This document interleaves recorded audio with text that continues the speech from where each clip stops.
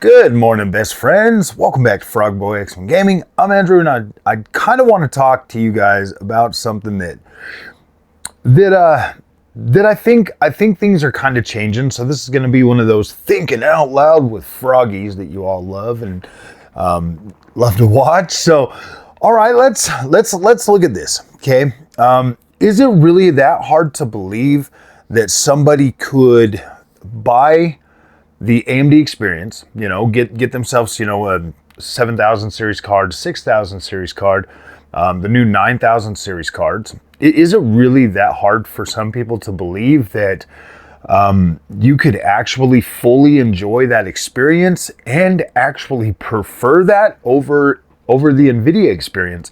So, from the very beginning of my PC experience, okay, let's just be real. From the very beginning of my PC experience, I went with Nvidia because that's the most known brand for gaming out there. Like it just is. Everybody's, you always hear that from people. They're like, oh yeah, get Nvidia, AMD's trash. Like you just get this sense that no matter what you do, Nvidia should just be where you should be. Okay, like that's it's pretty hard to, it's really hard to find somebody that is just like, oh man, no, you might want AMD. Like for real, there were only maybe one person or a couple people in the whole community at that time when I got into PC gaming that even gave AMD the time of day.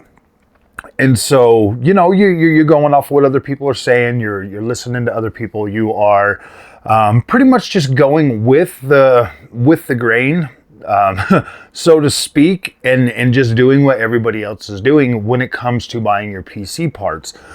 So I find it interesting that there are so many people out there that legitimately just, when you tell them, hey man, I love AMD, they look at you weird. They look at you funny, like what are you talking about? That's not even an option. You know what I mean? Like they legit look at you like that's not even an option because it's just not good enough. And so when you force the issue, when you continuously make the content, the type of content that I make, being pro AMD, I do get a lot of pushback, but there's a lot of people that actually listen to what I'm saying, and it starts to break down those walls or those preconceived notions that like Nvidia is just the overall best. I started with that 3050 Ti laptop. That thing wasn't horrible at all by any means. It was fine. It did my editing software, all of that real good. That was mainly what I was using that for. I didn't really start jumping onto PC gaming until the 3060 Ti.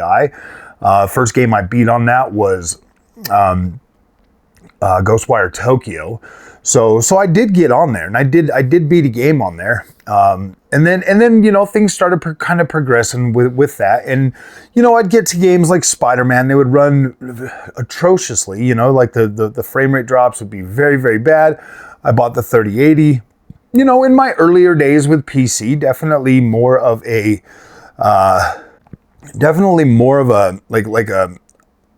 I guess you would say Dunning-Kruger at that point, for sure.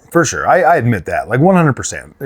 In the beginning, like that was embarrassing. That was absolutely freaking embarrassing. But, as I've heard people call me a Dunning-Kruger before in the comment section, and to some extent, yeah, like in my early days on PC, that was very true, because I was like, man, I had that Nvidia fog in my brain, like, oh no, what are you talking about? I got Nvidia, it's the best. And that was so damn embarrassing, guys. That was so embarrassing, to like think that, yeah, man. And I see people like in the comment section over on X or anywhere else, still having that Nvidia superiority complex mindset, and that's fine. Like, I don't blame you for that. Like, I really don't. And that's what I'm trying to say is, like, I don't blame you for that. Everybody will suffer from that. You get that brand association. You get like this, like, oh my gosh, you have like this, like, I got the best, and you just know it. You just know it with every fiber of your being. But then when I looked, after I got that 3080, and then the 4000 series came out, because I'm not a complete Dunning-Kruger for sure. I promise you that. Like sometimes I might come off as one, but I got that 3080 10 gig, and that really didn't give me the boost that I expected, you know, from that.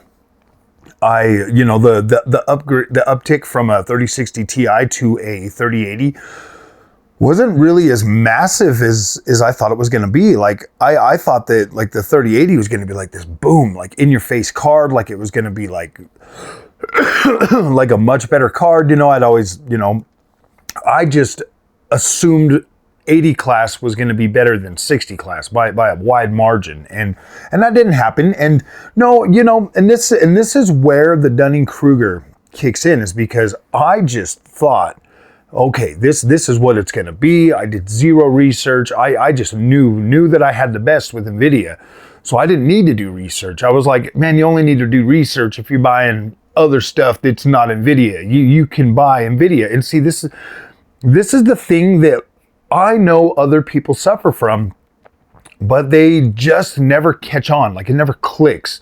You know, this society is so geared, honestly, for everybody to be like a Dunning-Kruger. Seriously. And it's not your fault. It's not your fault. But once you wake up and you start looking back, I'm a pretty deep thinker. I'm a really deep thinker. I get to a point, okay, where the 3080 is just not cutting it. It's not really that much of an upgrade. So I'm already feeling, after just a few months of buying the cards, you know, after getting into PC, they're like, wow, dude, I'm going to need to upgrade again pretty soon. Like I'm already feeling that.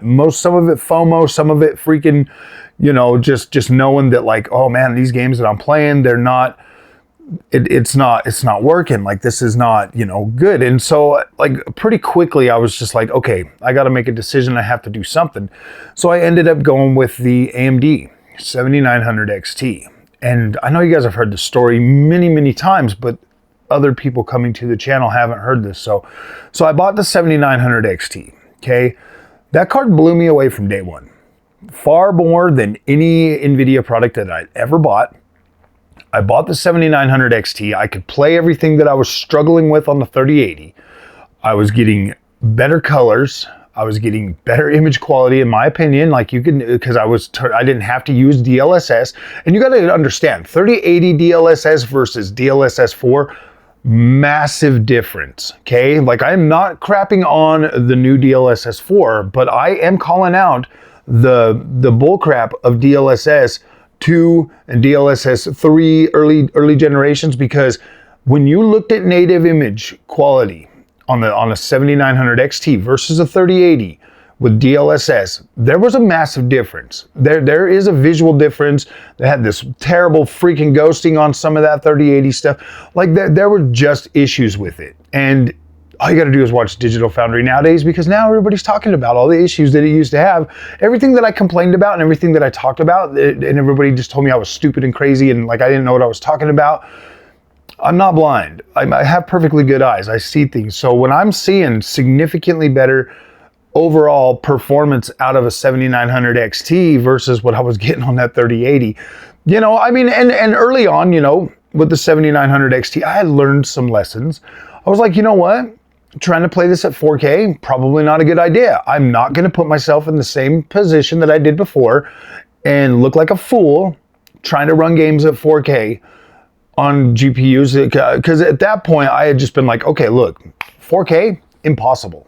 Like, yeah, you might get some things at 4K, but this is not ever going to be a full-on 4K experience. Okay, like I had accepted that and invested in 1440p.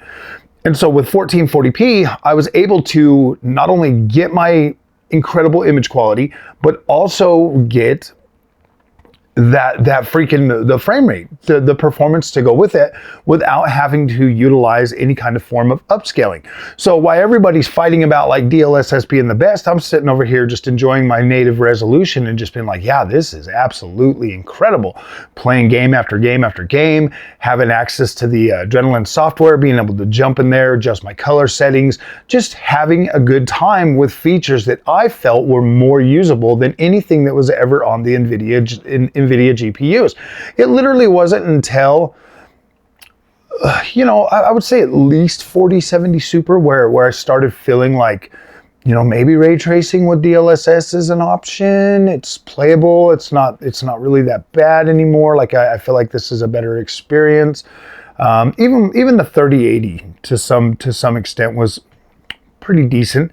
But obviously you needed like the frame generation of the 4070 just to be able to start actually getting to a playable experience. But then you have AMD come out with AMD's fluid motion frames. You have them come out with other proprietary, or not proprietary, open source things that help propel your GPU. Like you were able to turn on AMD's fluid motion frames on a much wider array of games. And so over the last, gosh, what has it been? Probably like 6 months. Probably like 6 months since PS5 Pro came out. I started taking upscaling and frame generation and all of these techniques a lot more seriously. Okay, because I know that gamers out there are gonna just flip these things on and be like, all right, whatever, plays good. I understand that like not everybody that plays games is a full-on tech nerd. They're not. There's I talk to the guys at work, and I'm the only one at my place of work. I'm not even joking. I'm the only one that's like that's like nerdy when it comes to like specs and stuff like that. I'm the only one that nerds out on that kind of stuff. Everybody else is just like, oh man, they want to play the game, they want to get in, they want to have fun. So I know that if I'm the only one out of like 20 people, there's not that many of us. There's not as many of us out there. But I do also recognize the fact that like being on YouTube, there's a lot more people like me on YouTube. So we butt heads because we all have some different things. Well, I wonder, guys. I absolutely wonder if most people just have that preconceived notion that AMD is just trash right out of the gate and not even an option, to where they are just unwilling to try it. Like you've got, I'm not going to name anybody, but there's like legit other creators, man. Or like people that have legit started channels just to combat me and my misinformation. Not even being able to like look within themselves and be like, all right, man, maybe this guy really does like AMD. Maybe AMD really is his like wow moment in PC gaming that's just captivated him and done what Nvidia has done to me. Maybe that's true. Maybe that is possible for somebody to like and 100% prefer AMD over Nvidia. Now let me be fair, guys. Let me be fair. I do have a full-on 5070 Ti PC. Okay, I do, and it's been a great experience. It's been absolutely, I would say, finally giving me the experience to where I'm like, okay, like I don't feel super negative about like anything anymore. My feelings for Nvidia have completely changed. They've done a 180. DLSS 4 actually looks good, and it's like that because you absolutely need DLSS, frame generation, all these techniques to actually deliver a 4K experience. Now, I do liken using FSR4 or DLSS or frame generation into more of a console-like experience, and you should look at it that way. You absolutely should. But being able to use that and then it's still significantly delivering a significantly higher overall image quality, performance, and all of that over what the console, the PS5 Pro, actually with PSSR is doing, It's still to a point, guys, where you can look at PC as the superior freaking experience. And, you know, honestly, guys, thanks to PlayStation 5 Pro, let's be real, thanks to PlayStation 5 Pro, it's kind of broke down that Dunning-Kruger / ignorance that I was exhibiting towards something that I love, which is gaming. At the end of the day, gaming is always, like, I love gaming, but we always find those things to try to make ourselves unhappy. We always do. Like, I think that's human nature. We just want to, you know, we want to preserve the things that we really love, and we want to overlook little things. And, you know, like, our kids are the best kids as ever, but, like, you know what I mean? And then with the things that we're, like, trying to shield ourselves from or protect ourselves from, like the Nvidia experience. I'm trying to protect myself from liking it more than I like my AMD.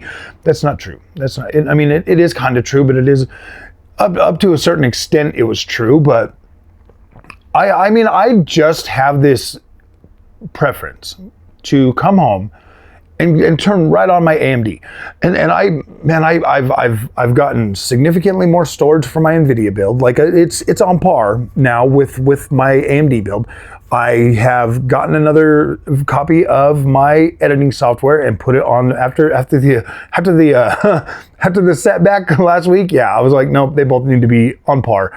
So I've brought the Nvidia experience on par to the AMD experience. I am thinking about maybe getting a new cooler and potentially a newer, you know, nicer motherboard for it. But for the most part, that PC is almost on board. The only difference now is it's got a 2-fan AIO and the 750 watt power supply that I should potentially pretty soon. I'm going to throw at least 1,000 watt in there. So they'll both be on par in that sense, but anything the AMD machine can do now for the channel, for gaming, any of that kind of stuff, the Nvidia machine is on par now. It is definitely on par. When I'm looking at, like, the cooling solution for both of them, I'm definitely seeing, like, they're pretty close. Like, the 3 fans absolutely did not do a big enough. It didn't massively fix, like, the cooling or anything like that. The Nvidia is still on par. GPU runs cooler on the Nvidia side just because it's the Asus Prime, and it runs at like 45C, where this runs about 55C to 60 or whatever. For the Magnetic Air, that Asus Prime is very, but it's also not using as much freaking power as, like, that's like 340. That there's what, 240 or something. It's definitely lower. So obviously this one's heating up less.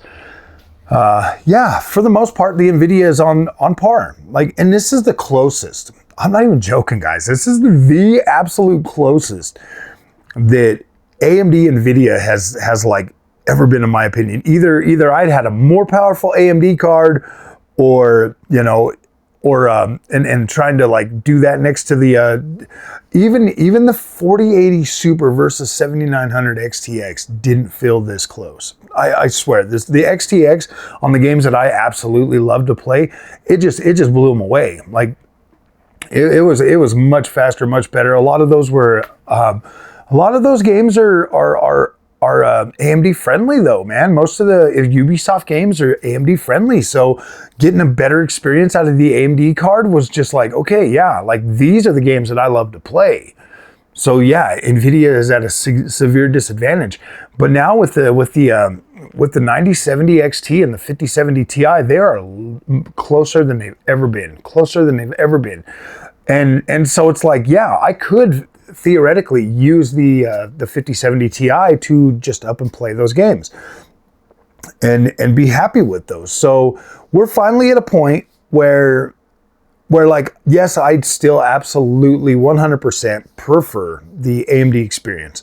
Adrenaline software is significantly better than the Nvidia app. Nvidia app is definitely getting better. It's a lot more intuitive now. You can get in there, you can adjust settings and stuff, and it doesn't seem as finicky as it did when it first came out back on the 40 series. It felt pretty damn finicky back then, to the point where it was just like, it's not even worth the hassle. And pulling out the cards and putting them in, into the one build, that was getting pretty hectic. But now that I've got 2 full-on builds, it is so much nicer to be able to, you know, sit there and play on my AMD and then be like, you know what? I really want to see this on Nvidia right freaking now. Boom, jump right over, or just flip the bottom of the button on the screen and flick it over to a DisplayPort and boom, right there. I have that much access that quickly now to where I can see what I want to see when I want to see it, and I can make a video on it. And to tell you the truth, guys, having that ability really does kind of shed a light on both things, you know, because there's things on AMD where like they're not perfect, or they need like some more, you know, they need some more maturity, especially right now. Both of these are brand new GPU generations, so we've got definitely some maturity issues from both of them. You hear a lot of people right now talking about how bad the Nvidia drivers are. AMD, you know, I don't know. Like, I'm not going to try to wade into that to discourage anybody. I kind of feel like you need the best. Now, not necessarily the best, Kay, because I mean the 5070 Ti still has a slight advantage in ray tracing. It does. Like, I think it always is going to have that, you know, just depending on the games. Most of these games that are built with Nvidia in mind are going to always favor Nvidia, just like games like Assassin's Creed and stuff that are built with AMD in mind, always going to favor AMD. So there's always going to be that. So you just have to always kind of, you know, be on your guard. But it's one of those things, guys, where AMD delivers a different experience. Nvidia delivers a specific experience. I find that you will that to really enjoy the Nvidia experience, I feel like you really have to. I really do feel like you have to want to use upscalers. You have to want to be. I feel like you'd have to want to be at like 4K or whatever. I'm not saying that you have to be at 4K, but I'm just saying that you're the kind of person that would fully enjoy Nvidia. Would be that kind of person that just loves that really crisp looking gameplay, you know, which is not a bad thing.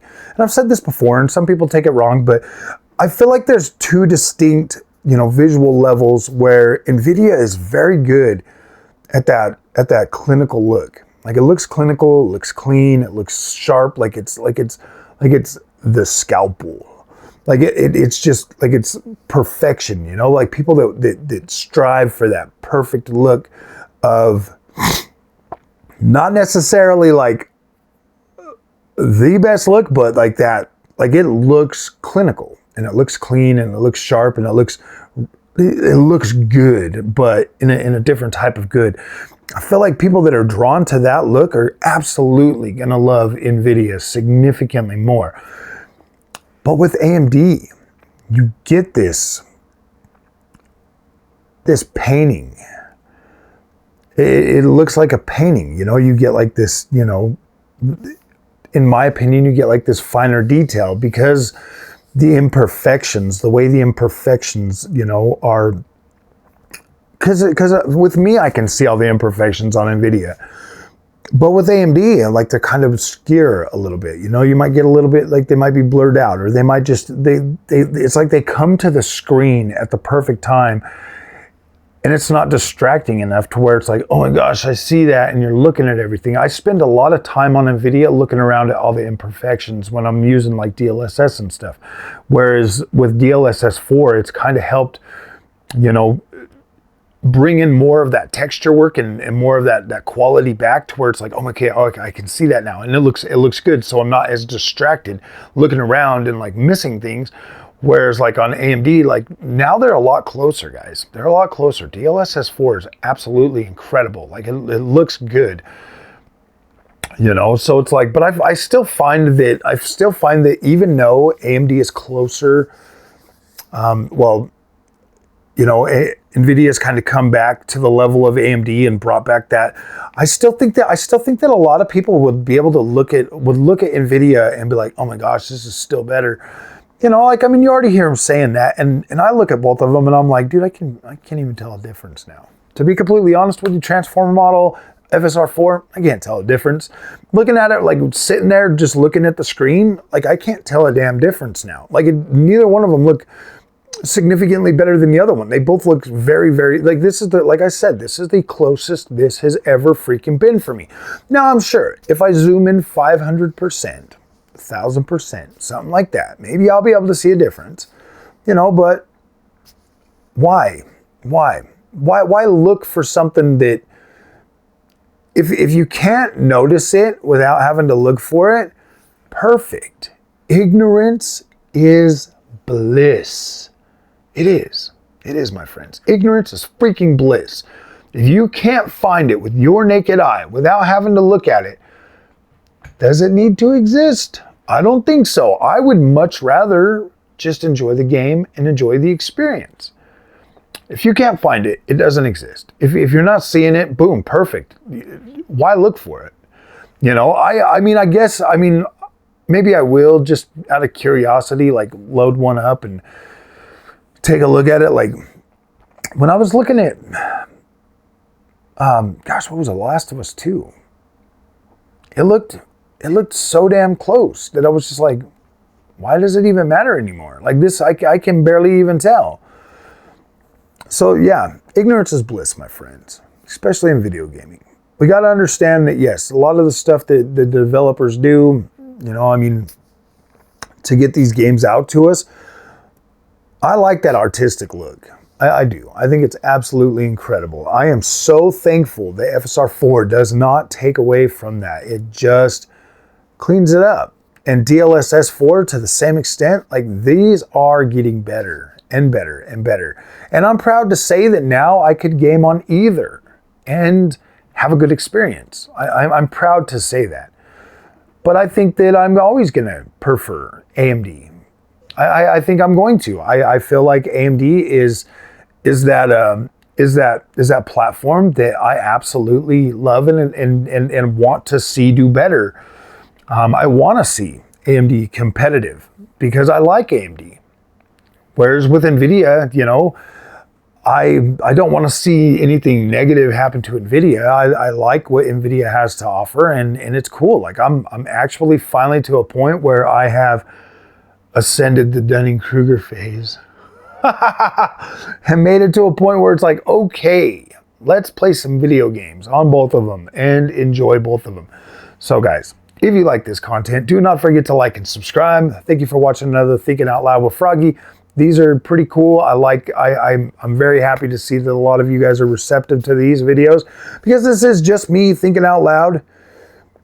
That's why they go a long time, and you know, I like them. I like doing these. It helps me name the videos that otherwise would just sound like gibberish and keep them as content because I think they're valuable. And sometimes I can go back and watch these and be like, oh man, that's what I was thinking that day.